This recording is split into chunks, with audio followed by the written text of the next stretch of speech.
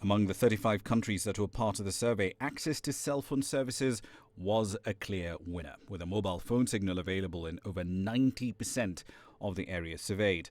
In contrast, however, infrastructure that is mainly provided by government or state-owned natural monopolies, like roads, clean piped water, sewer services, electricity, these were much less accessible. In fact, the availability of sewer services has barely changed over the last decade in these 35 countries, rising from 22% coverage in 2005-2006 to just 30% a decade later. The averages, however, as they often do, mask regional variations. North African states have a very clear lead in the provision of all these 5 infrastructure classes. East African states, however, excluding Ethiopia, lag behind.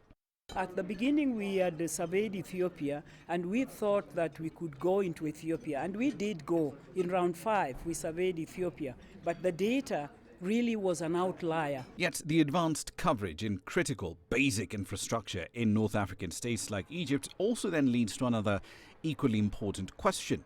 Are authoritarian governments better at providing infrastructure compared to their democratic counterparts? And if so, why is resource allocation in democratic states so wrong? There is this issue of can we relate democracy and development and performance? And it is neither here or there. But in terms of public opinion, if you are collecting information on public opinion and you go to a country that is not open, people are likely not to respond openly because they think that data may be used against them. African governments have repeatedly and publicly stated that they need to invest more in infrastructure.